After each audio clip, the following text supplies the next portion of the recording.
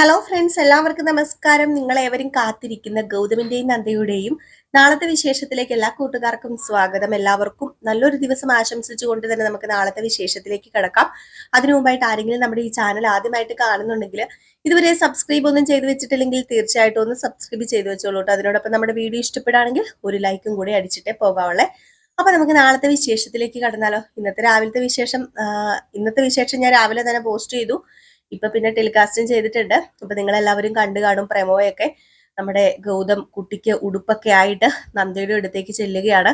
നന്ദ ആദ്യം സമ്മതിക്കുന്നില്ല ഒരു ഉടുപ്പ് കൊടുക്കാനായിട്ട്. പക്ഷെ എന്റെ കുഞ്ഞിന്റെ അവകാശമാണത്, അതെനിക്ക് വേണം, അത് ഞാൻ ചെയ്യും, എനിക്ക് കൊടുക്കണം, എന്റെ കുഞ്ഞിന് എന്തൊക്കെ മേടിച്ചു കൊടുക്കാൻ പറ്റുമോ അതൊക്കെ ഞാൻ കൊടുക്കും, അത് വേണ്ട എന്ന് പറയാൻ നീ ആരാ എന്ന് ചോദിക്കുന്നുണ്ട് കേട്ടോ നമ്മുടെ ഗൗതം. അങ്ങനെ ഒരു സീനും. പിന്നെ നമ്മുടെ പിങ്കി വല്ലാതെ കരഞ്ഞു വിഷമിച്ച് നിൽക്കുകയാണ്. പിങ്കിക്ക് ഇതിൽ കൂടുതലും ബുദ്ധിമുട്ടിനി വരാനൊന്നുമില്ല. എല്ലാം കൈ വിട്ടു പോകുന്നു, പിടിച്ചടക്കിയതെല്ലാം കൈ വിട്ടു പോകുകയാണല്ലോ. ഇനിയിപ്പൊ താൻ എന്ത് ചെയ്യും? ഈ വീട്ടിന്റെ അവകാശി വരാൻ പോവുകയാണ്. തനിക്ക് എന്താണ് ഈ വീട്ടിന് അവകാശമുള്ളത്? താൻ ആരാണ്? താൻ ഈ വീട്ടിൽ ഇനി എന്തിനാണ് നിൽക്കുന്നത്? തന്റെ കുഞ്ഞ് എന്തിനാണ് നിൽക്കുന്നത് എന്നൊക്കെയാണ് നമ്മുടെ പിങ്കിയുടെ ഓരോരോ ചോദ്യങ്ങള്. അതും ഇന്ദീവരൻ തറവാട്ടിലെ ഓരോരുത്തരോടും ചോദിക്കുകയാണ് കേട്ടോ. ലക്ഷ്മിയോടൊക്കെ പറയാണ്, എല്ലാവരുടെയും ജീവൻ നിലച്ചപ്പോൾ എല്ലാവർക്കും ജീവശ്വാസം തന്ന രണ്ടുപേരെ നിങ്ങൾ ആരും മറന്നു പോകരുത്.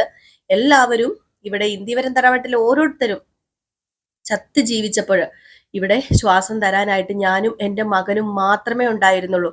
ഞങ്ങള് രണ്ടുപേരും കൂടി ചേർന്നാണ് നിങ്ങളെ എല്ലാവരെയും അന്ന് കൈ പിടിച്ച് എണീപ്പിച്ചത്. എന്നിട്ട് ആ കൈ പിടിച്ച് എണീപ്പിച്ച അവര് തന്നെ ഞങ്ങളെ വീണ്ടും തള്ളിക്കളയുകയാണല്ലോ അമ്മേ. ഇനി എന്തിനാ ഈ പിങ്കി ഈ തറവാട്ടിൽ, ഇന്ത്യവരം തറവാട്ടിൽ ആരാ ഈ പിങ്കി എന്ന് അമ്മായി എന്ന് ചോദിക്കുകയാണ് കേട്ടോ നമ്മുടെ ലക്ഷ്മിയോട്. ലക്ഷ്മിക്കും എന്താ പറയാ, ചോദ്യങ്ങൾക്ക് ഉത്തരവൊന്നും പറയാനായിട്ട് പറ്റുന്നില്ല. പക്ഷെ ലക്ഷ്മിയുടെ മനസ്സിൽ ഇപ്പോഴും ഗൗരി തന്റെ മകന്റെ ചോര, ആ ചോരയെ തള്ളിക്കളയാൻ പറ്റില്ല അവർക്ക്. അപ്പൊ ആ ഒരു ഇതൊക്കെയാണ്. പിങ്കിക്കാണെങ്കിൽ ഇനിയിപ്പൊ ഗൗതം നഷ്ടപ്പെടുവോ എന്നൊക്കെയുള്ള ഒരു ചിന്തയും. ഗൗതമിന് വേണ്ടി മാത്രം ജീവിതം മാറ്റിവെച്ചൊരു സ്ത്രീ തന്നെയാണ് പിങ്കി.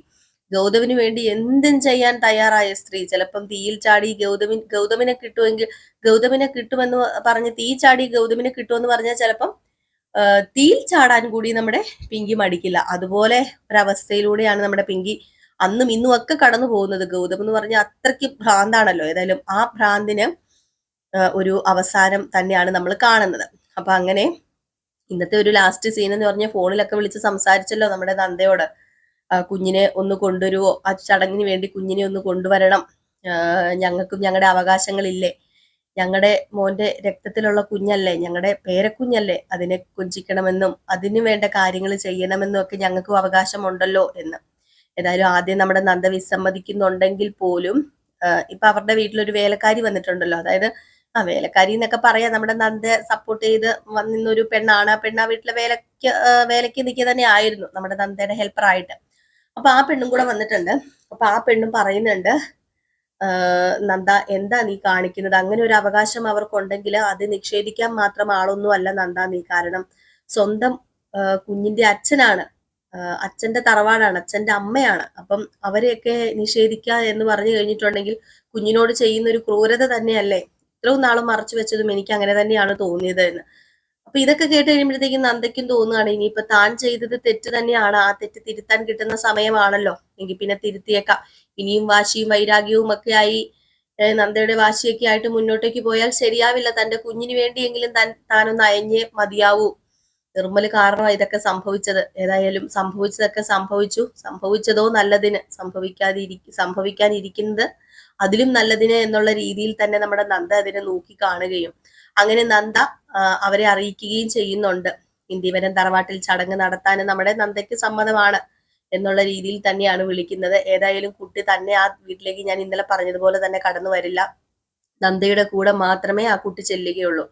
ഇതിൽ അവിടെ പിങ്കി ഒരു കാര്യം ആവശ്യപ്പെടുന്നുണ്ട്. നന്ദ ഈ ചടങ്ങിൽ പങ്കെടുക്കാൻ പാടില്ല, നന്ദ ഈ ചടങ്ങിൽ പങ്കെടുക്കരുത്. ഇനിയിപ്പോ ആ ചടങ്ങ് നടത്തണമെങ്കിൽ ഒരു കാര്യം ചെയ്യുക, ആ കുട്ടിയെ കൊണ്ട് നടത്തിക്കുക.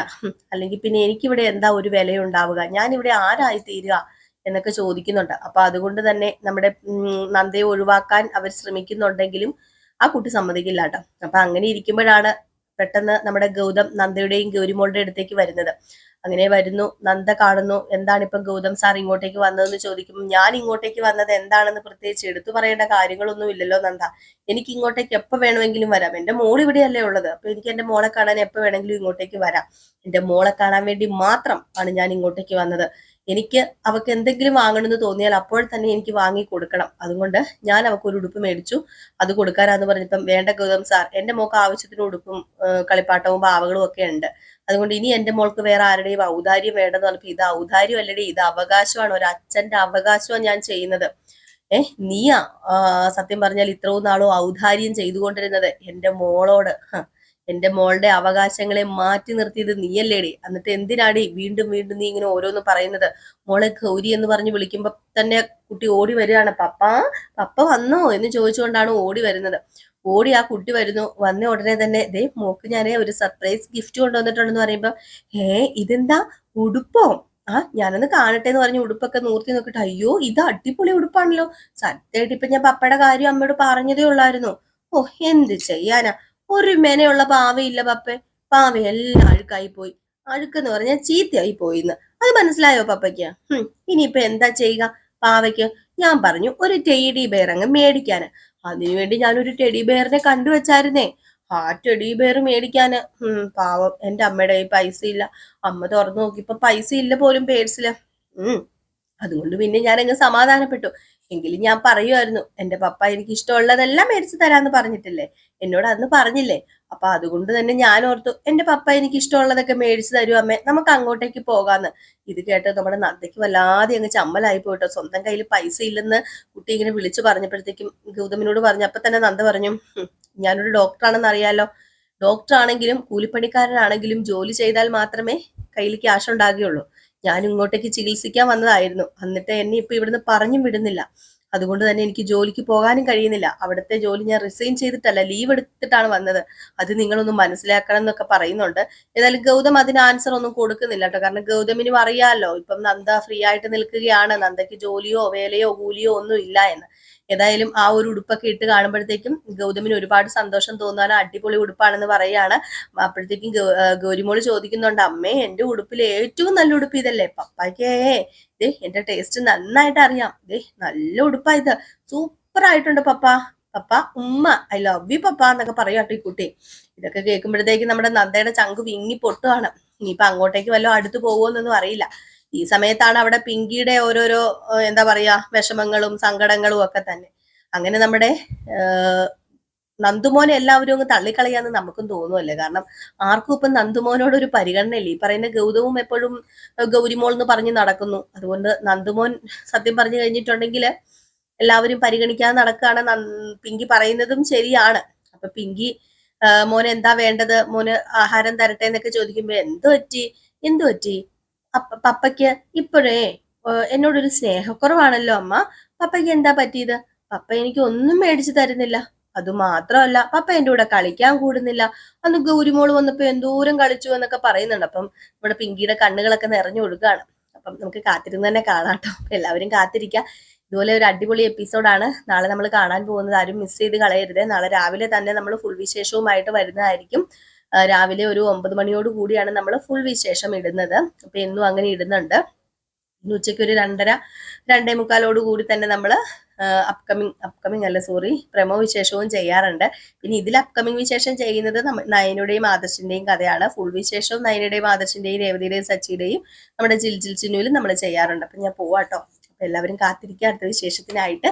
അതിനോടൊപ്പം നമ്മുടെ വീഡിയോ ഇഷ്ടപ്പെടുകയാണെങ്കിൽ തീർച്ചയായിട്ടും ഒരു ലൈക്ക് അടിച്ചിട്ട് പോകണേ. അപ്പൊ എല്ലാവർക്കും ടാറ്റാ ബൈ ബൈ.